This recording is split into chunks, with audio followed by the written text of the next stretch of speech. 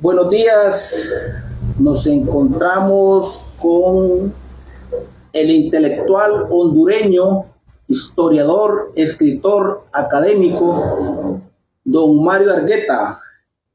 Hoy es día jueves 4 de marzo del 2024. Don Mario, ¿cómo está? Afortunadamente, bien, muchas gracias. Gracias por recibirnos en su casa. A sus órdenes. Don Mario, usted nació en Guatemala. Sí, y el motivo por el cual nací en Guatemala es porque mi padre, durante la dictadura de Carías, como muchos otros hondureños, debió salir al exilio. Soy de padre y madre hondureños, por tanto, soy ciudadano hondureño. ¿Usted regresó a qué edad a Honduras? Regresé a los 10 años. ¿Usted es egresado de la pedagógica? Lo que hoy se conoce como pedagógica. Efectivamente. Y gracias a becas he podido continuar mis estudios y mi preparación universitaria la llevé a cabo en los Estados Unidos. La licenciatura, las 2 maestrías, como les repito, gracias a becas. ¿Usted es historiador? Y bibliotecario. Bibliotecario, ajá. ¿Usted dio clases en la Autónoma? Y en la Escuela Superior del Profesorado, mi alma mater, en la Universidad Pedagógica Nacional y en la Universidad Nacional Autónoma. Sí. ¿Usted nació en 1946? Así es. Sí. O sea que se recuerda muy bien de ciertos momentos, bueno, aparte de que es un estudioso de la historia del país, vivió momentos difíciles a nivel político, económico en el país. Efectivamente, nací en el primer año posterior a la Segunda Guerra Mundial, una época de muchos cambios a nivel mundial y de muchas expectativas, porque las fuerzas y las naciones aliadas habían podido derrotar, tras años de lucha muy sangrienta, habían podido derrotar, le decía, al fascismo, al militarismo y al nazismo. Entonces había grandes expectativas en la humanidad porque se iniciara una etapa distinta de democratización, de independencia de las colonias europeas. Es así como países como India, Egipto, Vietnam, Argelia inician la lucha por la independencia de las potencias coloniales europeas. Don Mario, de esos conflictos mundiales de la Primera y Segunda Guerra Mundial, los orígenes, las desigualdades, viniéndonos al 2024, los conflictos siguen siendo los mismos. Honduras ha vivido una historia muy violenta y muy trágica. Precisamente este año del 2024 recordamos la guerra civil más sangrienta de toda nuestra historia desde 1821 hasta 1924. No fue la última guerra civil, pero sí la más sangrienta.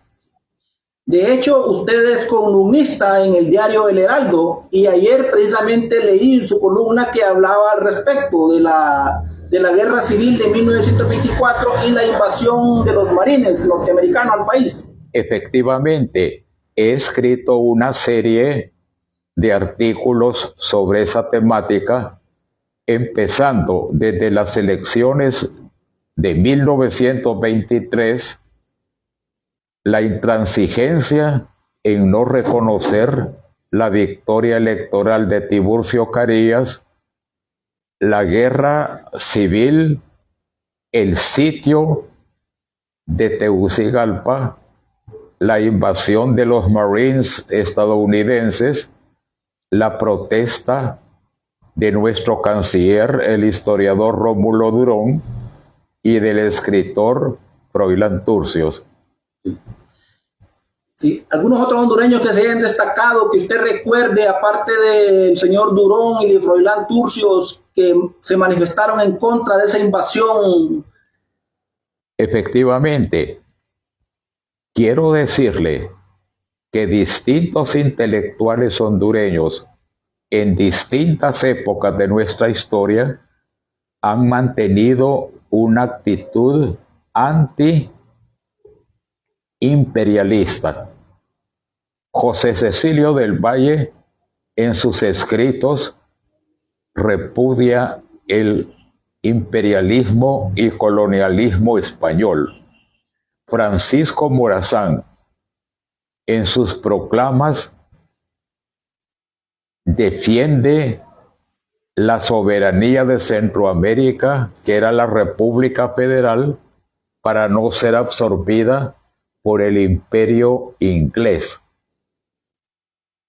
Posteriormente, Juan Lindo se solidariza con México cuando México es invadido por Estados Unidos y perdió más de la mitad de su territorio. Así que tenemos toda una trayectoria de intelectuales hondureños opuestos a la anexión, incluyendo, como ya mencionamos, Froilán Turcios, y posterior a Turcios, escritores como Medardo Mejía, don Ventura Ramos, don Ramón Oquelí. Sí. Aprovechando que usted mencionó a dos titanes hondureños, como lo es Francisco Morazán y Valle, hay algunos que se atreven a confrontar las personalidades de Valle y de Francisco Morazán, como anteponiéndolos unos con otros, uno con el otro. Su opinión al respecto, porque algunos dicen que Valle era conservador y el otro, Francisco Morazán, era más de avanzada, más liberal. Su opinión como académico, como un especialista en la materia, don Mario. Mi opinión es matizada. Hemos caído en estereotipos al juzgar a Valle sin haber leído sus escritos. Pienso que Valle tiene dos etapas muy marcadas y diferentes. Como funcionario colonial, efectivamente, fue funcionario al servicio de la colonia española, incluyendo el cargo de auditor de guerra. Cuando en 1821 se declara la independencia por la élite de Guatemala, Valle defiende la separación de España. Cuando somos anexados por el Imperio Mexicano, Valle condena la anexión de Centroamérica a México, y no solo eso, es nombrado diputado ante el Congreso mexicano. Se traslada de Guatemala, donde vivía, a la Ciudad de México, y en el seno del Congreso mexicano defiende el derecho de Centroamérica a ser una nación independiente, no anexada al Imperio Mexicano. De modo pues que al juzgar a Valle debemos distinguir las dos etapas. La etapa anterior a la independencia, cuando es funcionario colonial, y la etapa que se inicia desde 1821 hasta su muerte en 1834, cuando ya tiene una actitud completamente distinta de apoyo crítico a la independencia centroamericana. Sí. Don Mario, pues usted decía al inicio que usted es un escritor, varios libros escritos ya en su trayectoria. He podido ver que tiene, por ejemplo, un libro escrito sobre Tiburcio Carías, del cual usted fue víctima directa al ser sus padres exiliados en Guatemala. Así es. Sí. Este es el libro que se llama Tiburcio Carías, escrito por don Mario Argueta. ¿Sí? Cuéntenos de qué trata este libro, don Mario, el de Tiburcio Carías.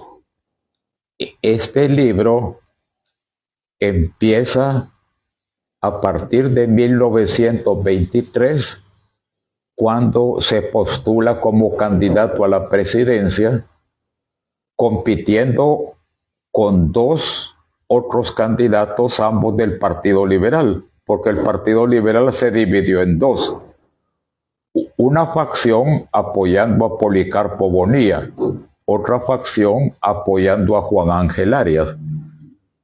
Carías obtiene mayoría de votos, pero sin obtener la mayoría absoluta.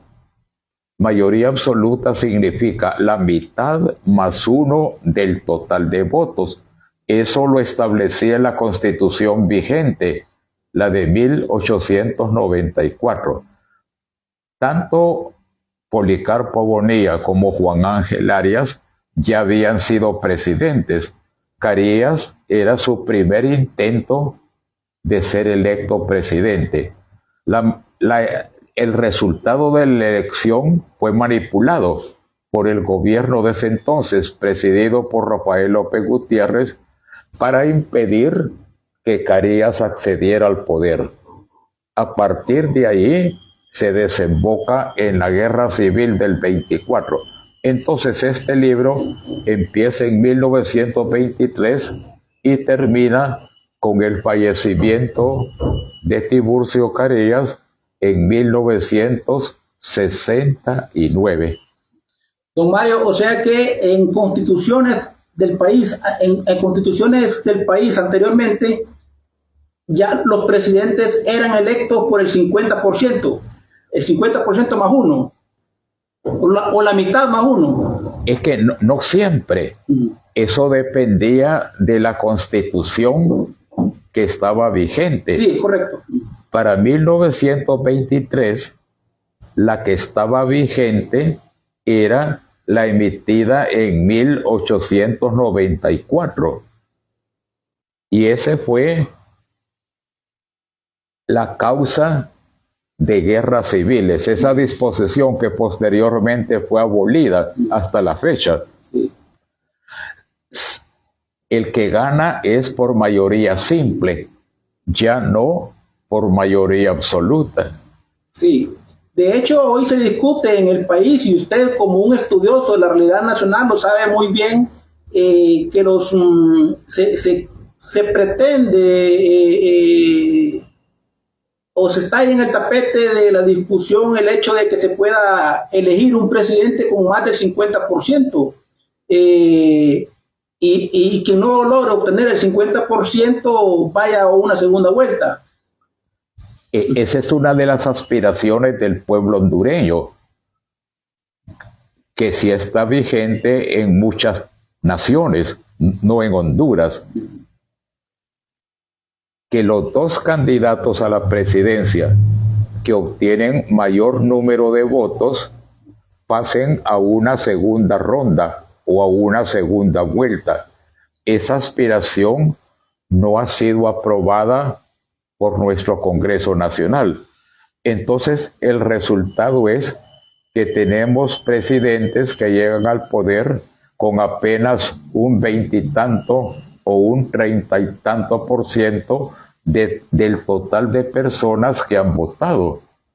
Sí. Y la abstención electoral va en aumento. La población hondureña que acude a votar es menor cada cierto periodo electoral. Precisamente hago la pregunta, don Mario, a lo largo de este periodo de los últimos 40, 60 años, la democracia en el país, ¿cómo la percibe usted como un estudioso en la materia? Sí, la percibo como una democracia limitada, una democracia representativa, pero no una democracia participativa.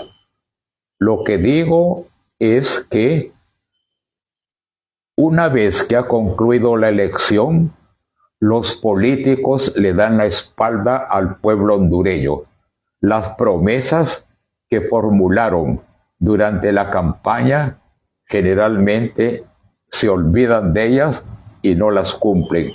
Lo que interesa es que la ciudadanía vaya a las urnas y vote por X o Y persona, pero nuestra democracia es imperfecta y, por supuesto, no hay una democracia perfecta, pero nuestro sistema político es muy limitado y controlado por las élites políticas para su beneficio antes que para beneficio de la nación, del pueblo hondureño. Sí.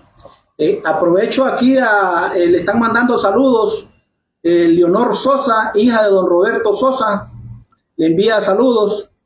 También Danilo Adolfo Lagos, que es un artista hondureño, y también Javier Vindel, que es un escritor hondureño también. Le envían saludos. Y yo les agradezco mucho que se recuerden de este amigo y servidor. De mi parte, igualmente los saludo. Sí. Don Mario, como país, como hondureños, como país sobre todo, estamos destinados a ocupar, a vivir en la cola del mundo, de esos países desarrollados o considerados como el primer mundo, o qué hacer para cambiar ese curso de la historia. Muy buena pregunta. No estamos condenados por la eternidad a vivir en el subdesarrollo, con índices de desarrollo humano bajísimos, en que la mayoría de la población, 2/3 partes de los hondureños, están sumidos o en la pobreza o aún más abajo, en la miseria. Pero para salir de ese laberinto en que estamos condenados a un constante retroceso, la situación es tan dramática que no estamos estáticos, vamos descendiendo más y más, y eso se refleja en los índices de educación, en los índices de acceso a la salud, en los índices de empleo. Entonces no es casual que miles y miles de hondureños de distintas edades, hondureños que viven en las ciudades, en los pueblos, en el campo, han llegado a la conclusión que la única opción que tienen para poder subsistir es abandonar a su patria. Por eso se ha dicho que la principal exportación de Honduras es su recurso humano.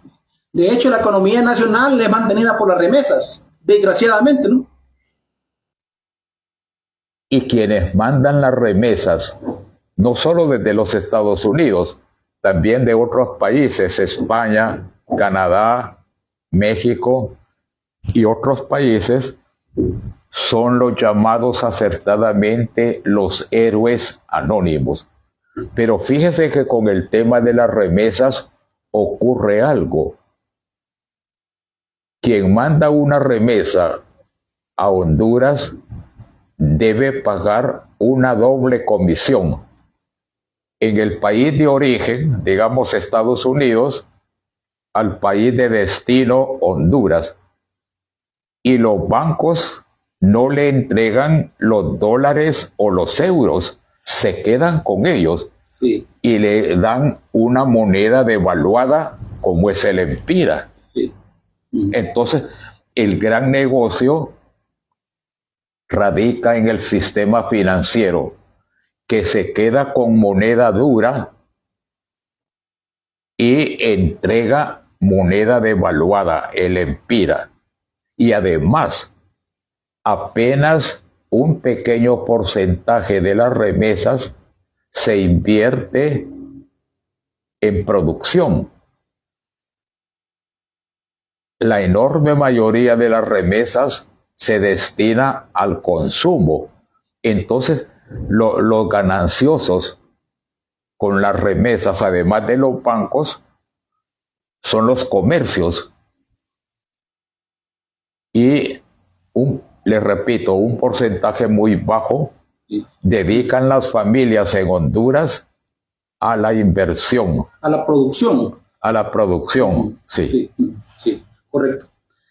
Don Mario, usted también, entre sus muchos libros, ¿cuántos libros ha escrito, don Mario? ¿Se acuerda? Le soy honesto, no llevo un recuento exacto, pero entre libros y folletos llego a 25 aproximadamente. Sí. Repito, entre libros y folletos. Sí. Además de artículos de revista, artículos de periódico. Sí. Don Mario, usted también escribió este libro que se llama Ramón Villeda Morales, Luces y Sombras de una Primavera Política. Es este. Sí. Cuéntenos, don Mario, por favor, sobre el libro. Así es. En la historia hondureña hemos tenido gobiernos reformistas. En el siglo XX hubo dos gobiernos que dieron apertura democrática. Se los tengo, hombre, aquí. Y apertura a la modernización del país. Juan Manuel Gálvez, Ramón Villeda Morales y los gobiernos militares en la etapa reformista. Entonces, han habido intentos de actualizar y modernizar el sistema económico y social. Pero ¿qué ha pasado? Esos intentos de modernización han quedado a medias, no han llegado a su etapa final. Y en el caso del presidente Villeda Morales, fue derrocado por el golpe de Estado más sangriento, el de 1963, que puso fin a las reformas implementadas durante su gobierno. Pero hay algo que le quiero insistir. Sí, por favor, don Mario. Las reformas que han habido en Honduras no se deben únicamente a la buena voluntad de nuestros gobernantes, se debe a la presión popular. Eso se ve muy claro tanto con Gálvez como con Villeda Morales. Fueron los obreros de la costa norte, un 1954, los que en un número aproximado de 30,000 asalariados de las empresas bananeras estadounidenses se fueron al paro de labores a partir de un 1 de mayo de 1954. Y esta huelga, la más grande, pero no la única de ese año, que duró 69 días, fue la que permitió la emisión de legislación laboral y social resumida en el Código de Trabajo, la Ley de Reforma Agraria, emitidas durante el gobierno de Ramón Villeda Morales. En resumen,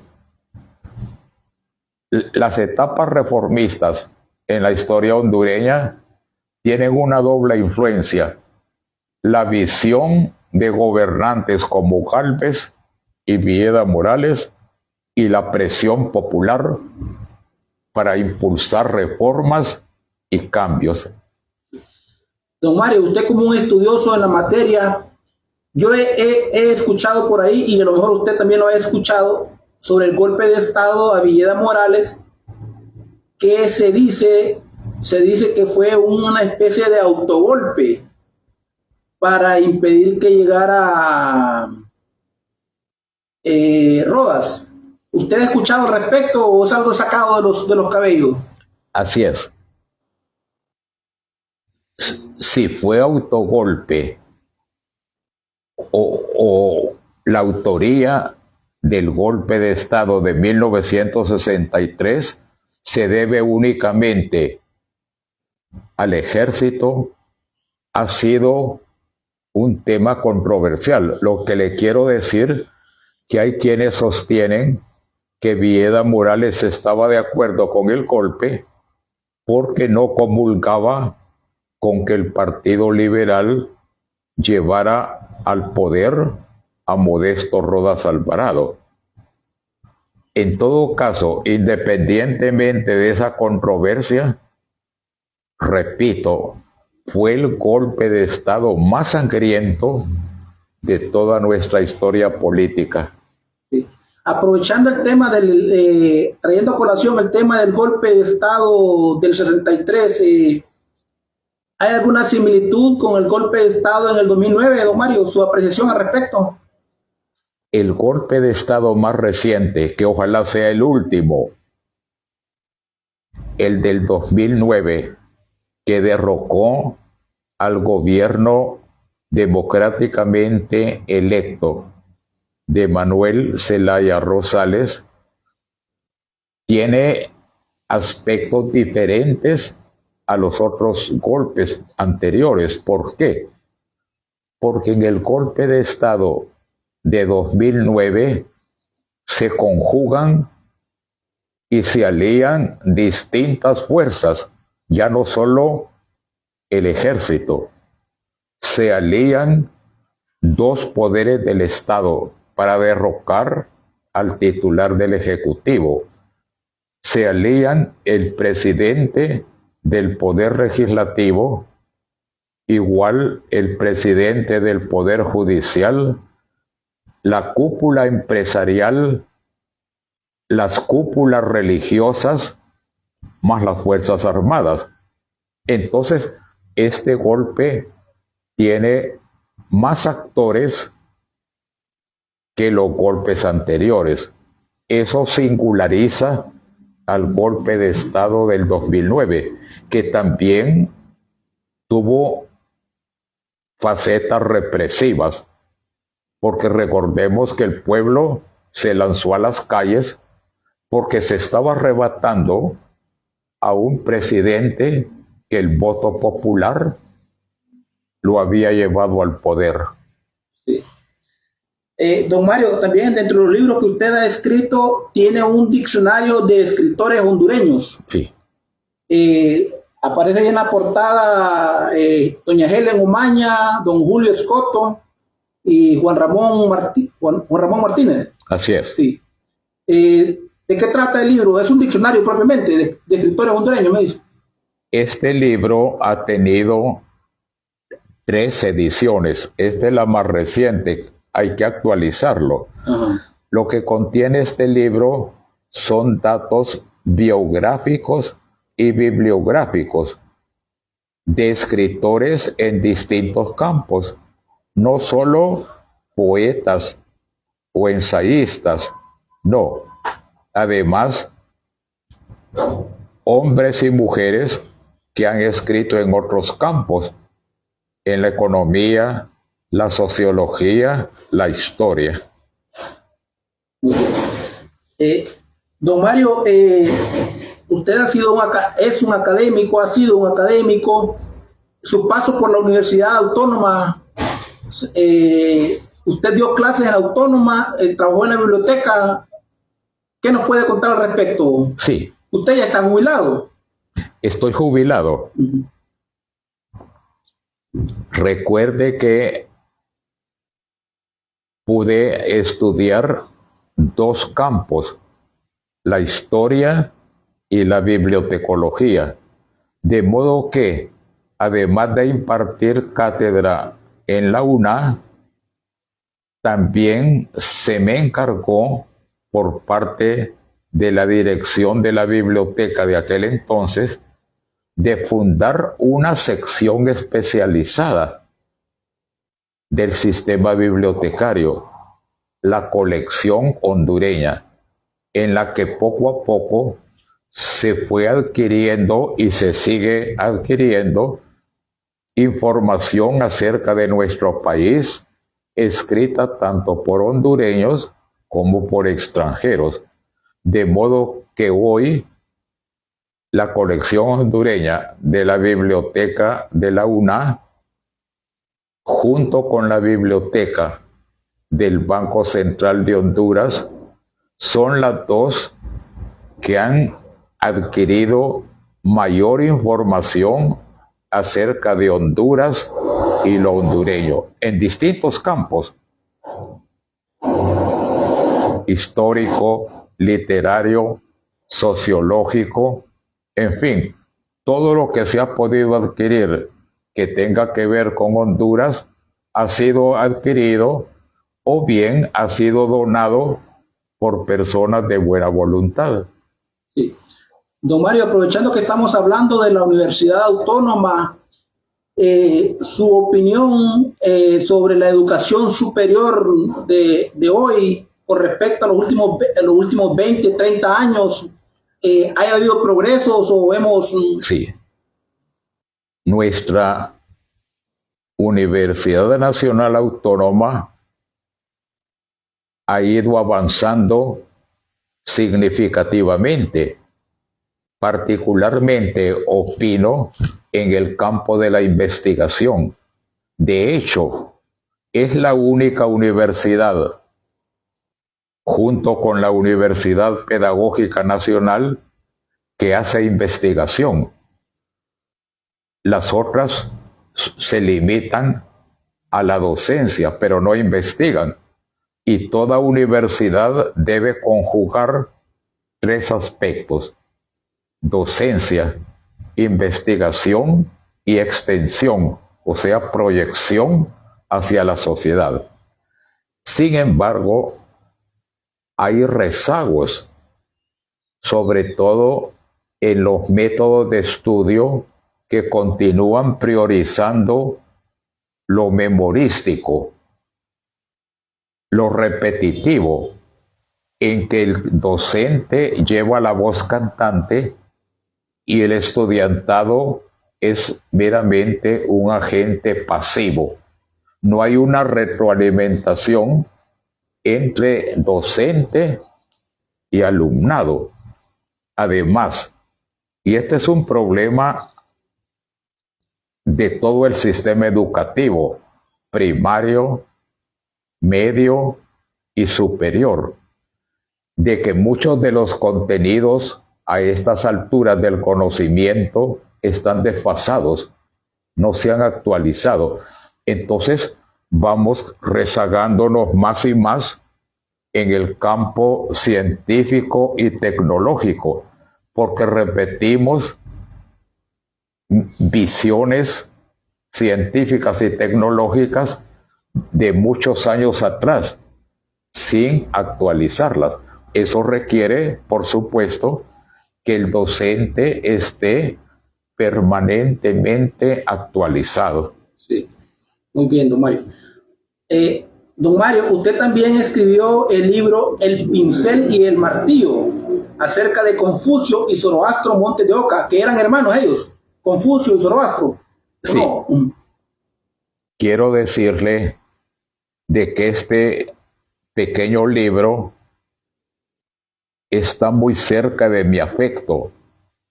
Gracias a la investigación llegué a conocer a dos hondureños que sobresalieron en distintos campos.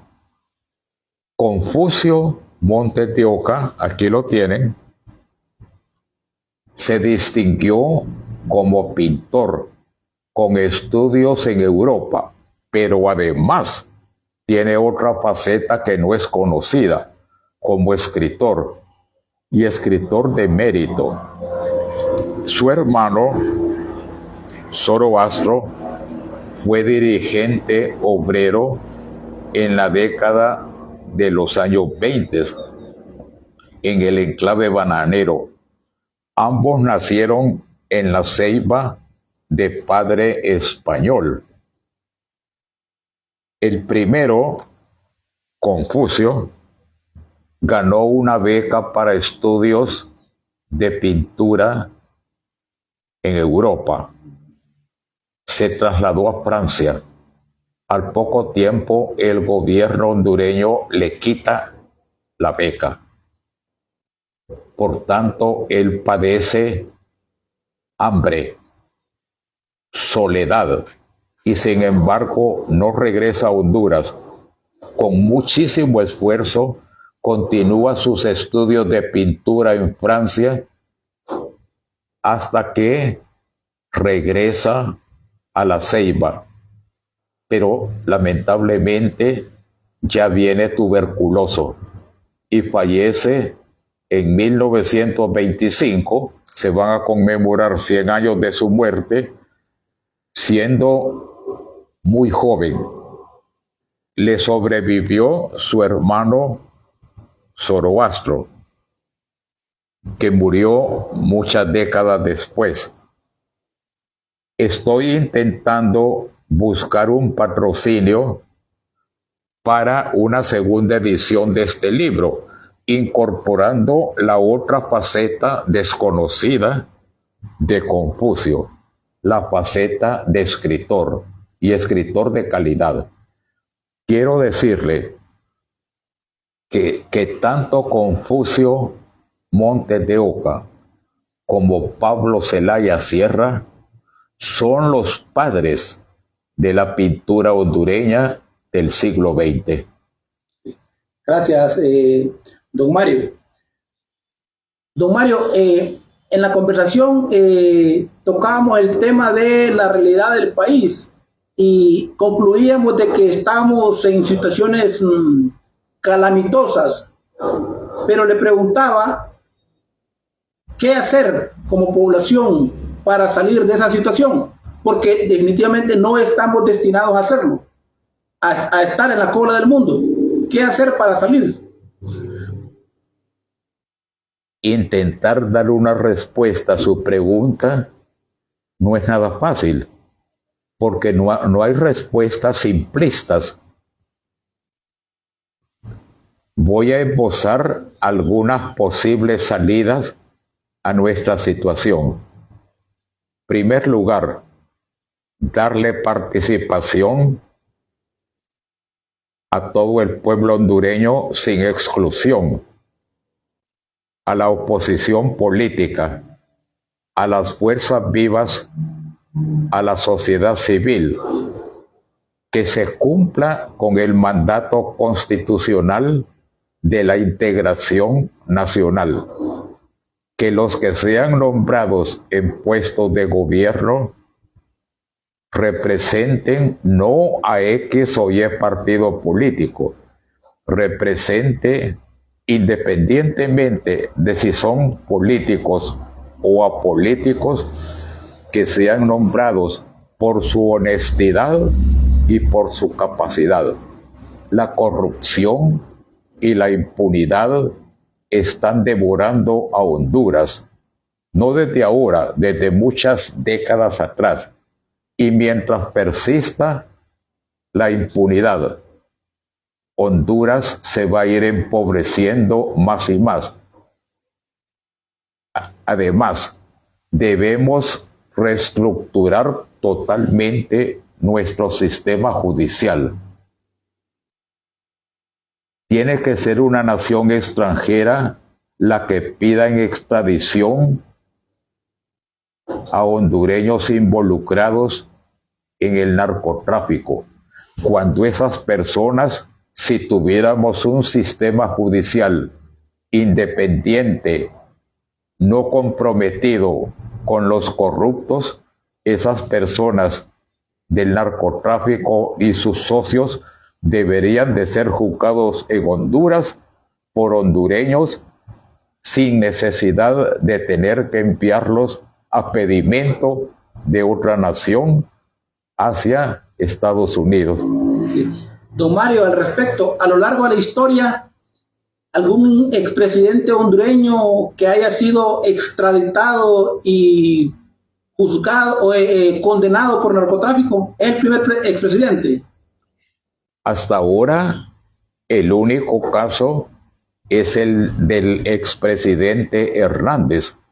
Si en el futuro Estados Unidos va a solicitar en extradición a otros gobernantes o a altos oficiales militares y policiales, lo ignoro. Pero en cuanto a gobernantes, hasta ahora, el único extraditado que aún falta ser sentenciado es el exgobernante Hernández. Sí.